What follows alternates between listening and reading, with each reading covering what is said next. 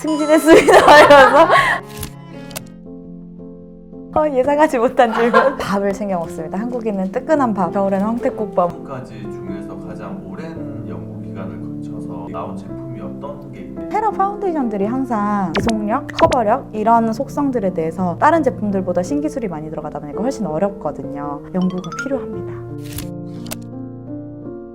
네, 약간 좋아하는 것 같기도 하고 고객분들이 바로 쓰고 친구들 화장대나 친구들 파우치에서 내가 개발했던 것들이 막 있고 이러면 네, 그게 되게 약간 한 짜릿한 그런 느낌이 있어요. 팬이에요. 저도요. 많이 뵀어요. 유튜브에서. 질문을 드리고 싶은데 유튜브 쇼츠에서 물에 넣어서 쓰는 파운데이션 혹시 보셨어요? 네. 그 영상을 보면은 파운데이션을 조금 더 촉촉하게 쓸 수 있는 것 같은데 맞나요? 사실 그게 되게 유행했잖아요. 그래가지고 연구소에서도 새로운 트렌드들을 검토하는 분들이 계세요. 이게 촉촉해진다는 게 크게 두 가지가 있거든요. 첫 번째는 이제 사람들이 딱 닿았을 때 수분감이 확 느껴지면 이게 촉촉하다고 느끼고, 두 번째는 시간이 지나면서 건조하거나 갈라지지 않고 계속 이렇게 좀 쫀쫀하고 남아있는 듯한 이런 느낌을 사람들이 보통 촉촉하다고 느끼거든요. 첫 번째의 촉촉함은 확실하게 증가될 수밖에 없어요. 왜냐하면 물이랑 같이 떠가지고 발려지니까 촉촉하게 느껴지는데, 이제 문제는 두 번째 촉촉함인데, 물에 제형을 이렇게 넣게 되면은 원래 피부를 더 덮어주고 스며들어져야 되는 그런 여분의 오일들이 다 물 주변에 뜨게 돼요. 그 아이들이 흩어진 상태에서 내용물만 뜨게 되면은 결과적으로는 피부에 바를 때 흡수돼야 되는 오일이나 커버를 해줘야 되는 오일들이 다 날아가 버리니까 시간이 지날수록은 사실 더 건조해지더라고요. 초기는 촉촉할 수 있으나 뒤에는 촉촉하지 않을 수 있다라고 말씀드릴 수 있을 것 같고, 이거 말고도 지속력이 더 좋아진다는 얘기들을 많이 했었었는데 생각보다 지속력도 차이가 많이 안 났어요. 그래서 촉촉함과 지속력 측면에서 큰 장점은 없었다. 너무 신기해요. 연구원님들도 쇼츠 트렌드나 이런 거를 보시고 어떤지 검토하시고 하는 거네요. 고객들이 재밌어하고 의미 있어하는 게 무엇인지를 계속 쫓아가야 되는데 내부적으로 보고서를 담당하시는 분이 있어요. 그분이 쇼츠나 SNS에서 계속 이슈되는 제품이나 미용법이 있으면은 어떤 의미가 있는지, 그래서 의미가 있으면 실제로 조금 더 디벨롭을 해보시기도 하고 이런 점이 부족하다라고 하는 얘기들을 정리해서 저희도 내부적으로 보고 있어요. 갑자기 멋있어요. 박사님.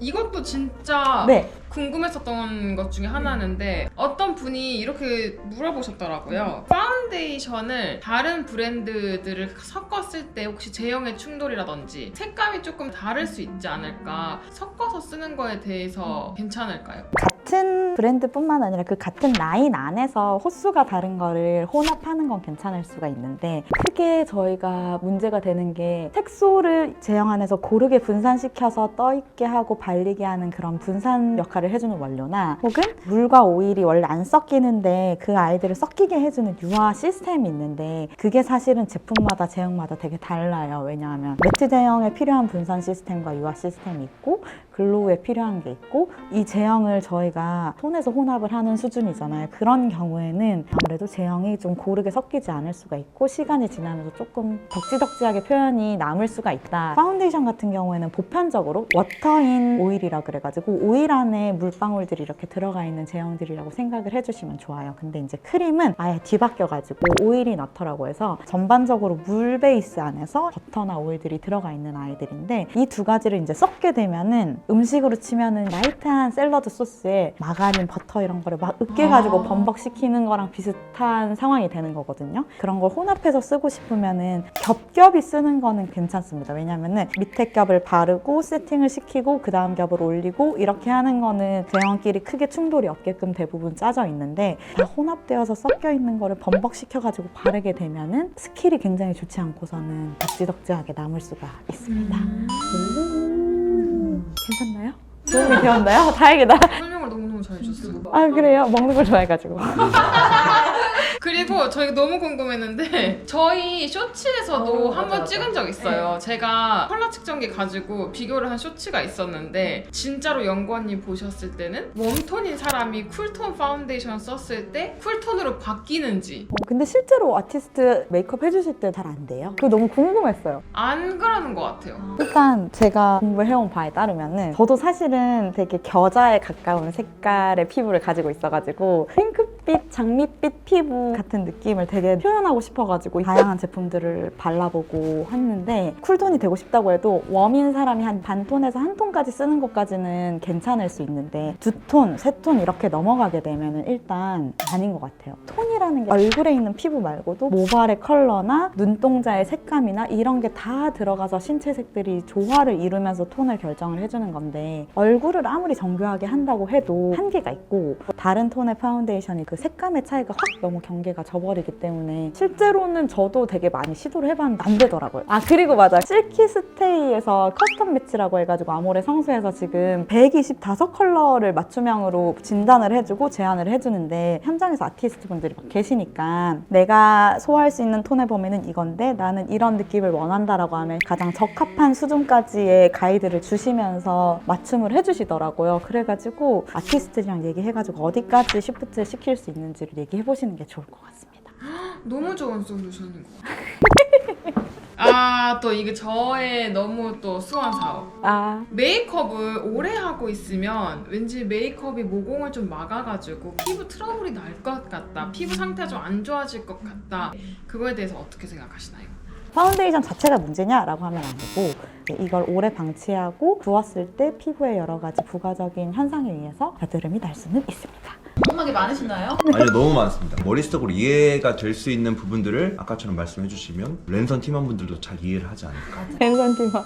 랜선 팀원이신가요? 랜선 팀원 아니요? 베이스나 선크림이나 이런 거를 제외하고 바로 파운데이션을 사용해도 괜찮을까요? 되죠. 복합적인 기능을 가진 제품들 말고 각 카테고리 제품들의 주요 속성을 다시 한번 생각을 해보면요. 이제 스킨케어 같은 경우에는 수분을 공급을 해주고 바탕에 단단함을 만들어주는 게 스킨케어고 선크림 같은 경우에 자외선을 되게 꼼꼼하게 차단을 해줄 수 있는 높은 지수, 베이스랑 프라이머 같은 경우에는 결이랑 톤을 보정해주는 거고 파운데이션은 색상 표현이랑 피부 표현 같은 게 이제 파운데이션의 주요 역할인데요. 다 제외하고 파운데이션만 써도 만족할 수 있으면 파운데이션만 쓰셔도 되는 것 같아요. 그리고 스킨케어를 하고 바로 파운데이션을 해도 되냐 물어보셨을 때도 가능한 게 저희 요즘에 막 글로우 피부 표현 튜토리얼 같은 거 보면은 스킨케어를 엄청 두꺼운 피부에 되게 흥건하게 많이 하고 여분만 닦아낸 다음에 화장이 위에 찹찹찹 얹어지는데 대신에 이렇게 하는 경우에는 이제 무너짐이 생길 수도 있죠. 무너짐을 방지하기 위해서 프라이머나 베이스들을 이제 스킨케어 후에 얇게 깔아주게 되면은 파운데이션의 지속력도 올라가면서 어느 정도 글로우한 표현들도 해줄 수 있을 것 같아요. 그리고 파운데이션의 가외선 차단 지수 같은 경우에는 실내 활동 정도에 맞춰져 있는 경우들도 종종 있거든요. 땡볕에 나가 있거나 하면은 어쩔 수 없이 피부가 은은하게 타기 시작하거든요. 그래서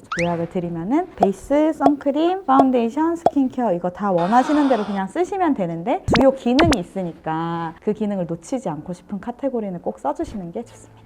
네, 이거 그냥 궁금한 건데 파운데이션 안에 선크림 성분이 들어있잖아요. 그걸로도 어느 정도의 자외선 차단이 가능하다는 거네요. 되죠. 저희 헤라 거 같은 경우도 SPF가 한 20대 정도의 PA 지수도 있고 했던 걸로 기억하는데 극한의 야외 활동이 아니고서는 괜찮은 수준의 자외선 차단 지수인데 밖에 나가 있는 시간이 길고 하면은 밑에 선크림을 까는 게 좋긴 해요. 다음 질문인데요. 파운데이션을 바를 때 많이 두드려주면 파운데이션이 좀 밀착도 잘 되고 매끄럽게 좀 잘 먹은 그런 느낌이 좀 들거든요. 왜 오래 두드릴수록 좀 그런 효과가 난다고 느낄까요? 이거는 되게 진짜 잘 느끼신 것 같아요. 왜냐하면은 퍼프 같은 걸로 저희가 계속 두드리잖아요. 많이 묻어있는 쪽이랑 덜 묻어있는 쪽을 두드리는 횟수에 따라서 이 균일도가 되게 올라가거든요. 피부 요철에 따라서 더 이렇게 꾹꾹 눌러주는 효과들이 생기기 때문에 실제로 물리적 힘에 의해서도 밀착력이 올라가요. 퍼프나 스펀지 같은 경우에는 얘네가 쿠션감이 있고 그 안에서 여분의 내용물들을 먹어줄 수 있는 효과가 있거든요. 더 피부가 밀착됐다고 느끼실 수 있는 게 미용법적인 측면이고요. 처방적인 측면에서는 저희가 파운데이션을 설계를 할 때 휘발성 오일들이 날아가면서 세팅이 되게 되는데 두드리는 시간이 지나다 보면은 자연스럽게 휘발성 오일들이 날아가고 그 안에서 색소랑 필름이랑 이런 아이들이 피부에 고정이 되기 때문에 밀착이 더 많이 되는 게 사실 맞습니다. 이렇게 쉽게 설명해 주시면 제가 바로 이해했을 텐데.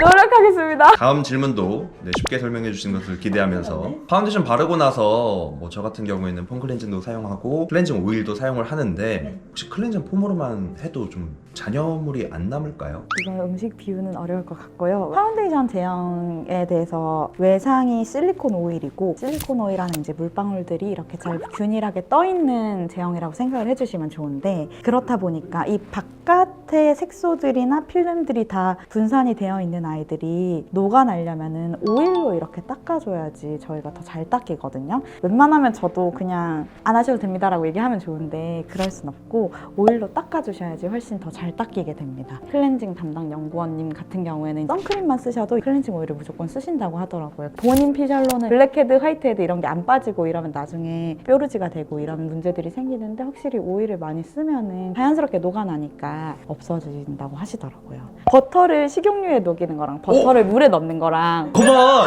쪼으니까 나오잖아! 못한다더니 쪼으니까 나오잖아요. 아 이해됐나요? 그렇게 이해하면 되나요? 바로 했어요. 바로. 저의 마지막 질문 드릴게요. 이거는 좀 답변이 좀 어려우실 수도 있으실 것 같아요. 음식 답변으로는. 요즘에 그 남성분들도 메이크업에 관심도 많으시고 메이크업을 하시는 분들도 많은 걸로 알고 있는데 그러면 남성분들이 여성용의 파운데이션을 써도 괜찮을까요?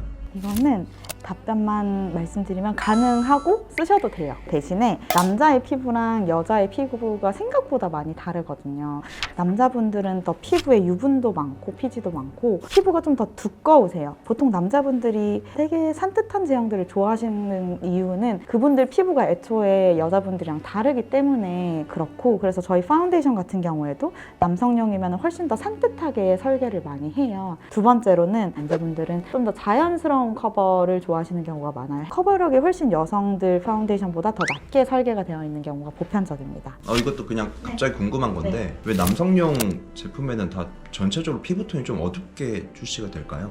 그거는 사실 한국 남자분들이 되게 하얗고 뽀얗게 화장이 되고 나면은 화장했다라는 그 느낌을 되게 싫어하시더라고요. 피부의 요철이나 피부의 잡티나 이런 거를 그냥 가볍게 가려줘서 조금 더 깔끔한 인상을 주는 거를 바라지 나 진짜 오늘 정교하게 화장했어 아이돌같이 화장했어 이거를 일상생활에서는 어려워하시는 경우가 많더라고요. 그래가지고 설계 자체가 톤도 조금 더 어둡고 음패력, 차패력 같은 것도 훨씬 낮게 많이 설계가 아직은 되고 있어요. 한국에서는. 근데 이제 해외에서는 사실 남녀 공용 파운데이션이나 이런 제품들 같은 경우 쉐이드는 조금 더 다양한 편이 많아요. 근데 걔네들도 커버력 같은 경우는 저희 실키나 이런 애들보다 훨씬 낮게 설계가 많이 되어 있습니다. 알겠습니다. 감사해요. 이제 저희 헤라의 수석 아티스트가 정말 날카로운 질문을 드릴 예정입니다. 우와, 연예인이다. 우와. 요즘 이제 피부 커버하는 제품의 카테고리가 굉장히 양분화된 것 같아요. 파운데이션 아니면 쿠션. 근데 예전에는 뭐 CC크림도 있었고 비비크림도 있었고 그러면은 파운데이션, 쿠션 그리고 비비크림 세 가지의 큰 차이점이 어떤 게 있을지 연구원적인 측면에서 얘기를 해드리자면 파운데이션 같은 경우에는 점도나 커버력이나 지속력이나 표현력에 대해서 제일 자유도가 높은 처방이에요. 그래서 뭐 에스티로더 파운데이션이나 실키나 옛날 블랙 파운데이션이나 아니면 이번에 글로우 같은 걸 생각을 해보면 다 표현이 되게 선명하게 다른데 이거는 파운데이션의 처방의 자유도가 높기 때문에 가능합니다. 쿠션에서 자유도가 조금 제한되는 건 아무래도 담지체 때문일까요? 맞아요. 이게 쿠션 같은 경우에는 크게 이제 두 가지 요인 때문에 처방에 제한이 생기는데 첫 번째는 이게 들고 다녀야 되니까 이 담지체에 넣어야 되잖아요. 근데 너무 점도가 낮은 애는 흘러버리고 너무 높은 애들은 이 담지체에 들어가질 않으니까 적당한 점도 범위가 1차적으로는 있고요. 두 번째는 쿠션은 고객들이 애초에 수정 화장용으로 개발된 제품이니까 고객들이 기대하는 자외선 차단 지수 자체가 아예 달라요. 그래서 쿠션은 항상 최대치의 자외선 차단 지수를 저희가 맞추거든요. 그러면 자외선 차단제가 무조건 얼마 이상 어떤 식으로 들어가야 되고 고객분들한테 최대한 다양하게 경험을 선사해 주시기 위해서 되게 다양한 연구를 하지만 한계가 있을 수밖에 없습니다.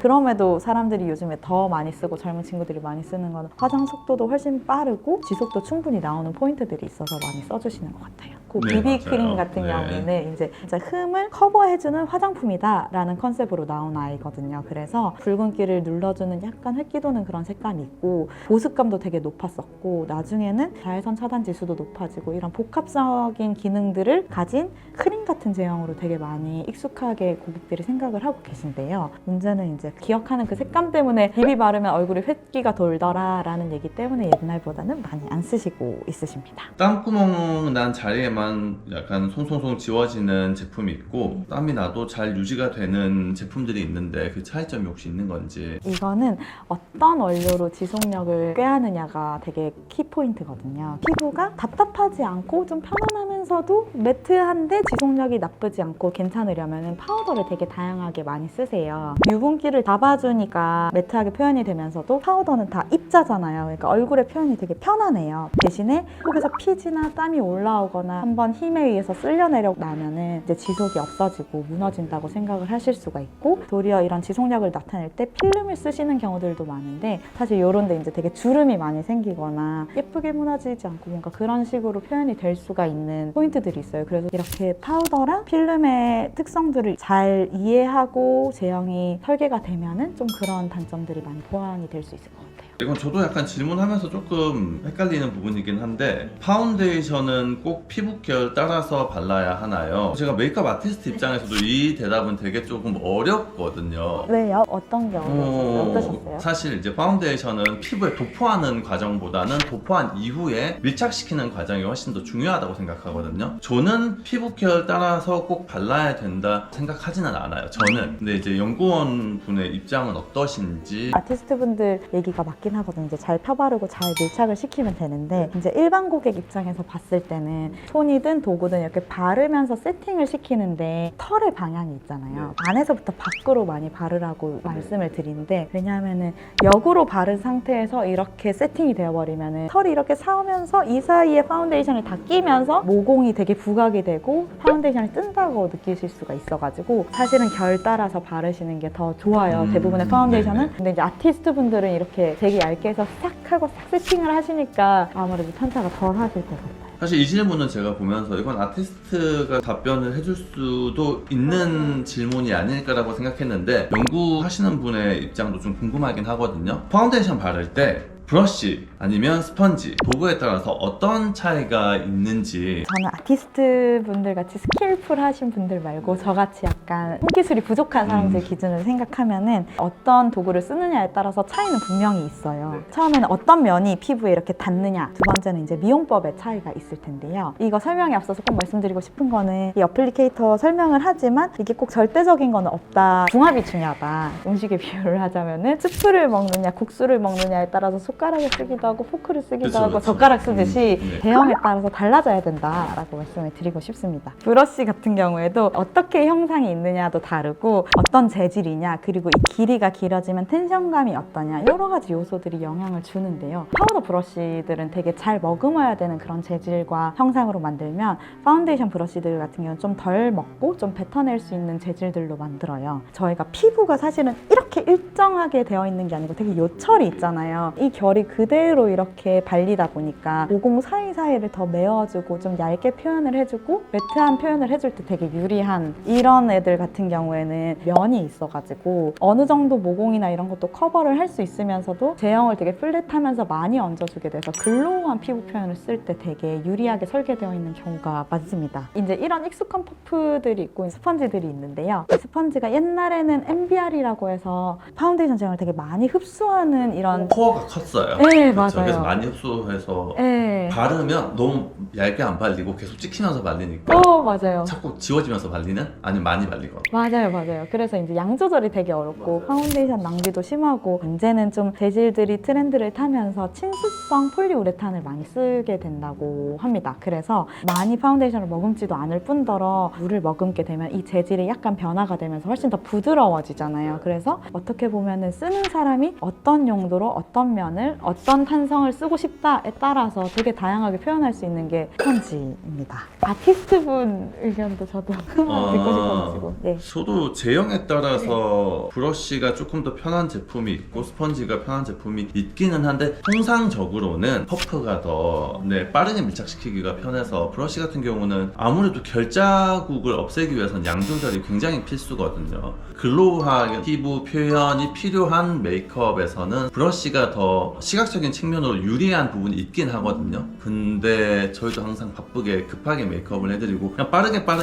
할 때는 사실 스펀지가 훨씬 편하죠. 그래서 확실히 옛날보다 좀 쿠션을 훨씬 많이 쓰는 이유 중에 하나가 그건 것 같아요. 애초에 스펀지나 퍼프가 같이 내장이 되어 있고 빠르게 할 수 있고 웬만한 밀착을 할 수 있으니까. 근데 최근 파운데이션 트렌드 중에서 이건 약간 신기하긴 했어요. 원래는 매트든 글로우든 플랫한 브러쉬를 쓰면 결자국이 조금 남아서 그걸 정돈하기 위해서 무조건 퍼프가 필수이긴 했거든요. 근데 저희 실키 파운데이션은 조금 특이한 게 이렇게 바르면 이렇게 피부에 스르륵 흡수되듯이 탁 피팅이 돼서 정말 실제로 결자국이 거의 안 남더라고요. 그 부분이 되게 신기했어요. 저도 그걸 되게 느꼈던 게 사실 저는 손을 되게 많이 쓰는 편인데 손은 진짜 양 조절도 잘 안 될 뿐더러 결자국에 되게 끝판왕인데 실키는 손을 이렇게 발라도 결자국도 안 남고 되게 깔끔하게 싹 마무리가 되긴 하더라고요. 이 결이 약간 있어도 스르륵 스며들면서 그게 없어져요. 최근 제품들은 뭐 어떤 도구를 써도 상향 평준화된 결과물을 얻을 수 있을 것 같아요. 네, 이제 저희가 준비한 12개의 질문은 다 끝이 났는데 혹시 연구원분이 역으로 뭐 저희한테 질문하실 게 있으시거나 미리 알았으면 질문을 준비해오는 건데 궁금한 거 너무 많았는데 저는 약간 이렇게 즉흥적으로 물어보면 머리가 하얘져가지고 좋네요. 네, 없습니다. 오늘은 없습니다. 충분히 설명을 너무 잘해주셔가지고 네, 또 오세요. 안녕히 계세요. 고맙습니다. 안녕, 집에 가자 막 이러면서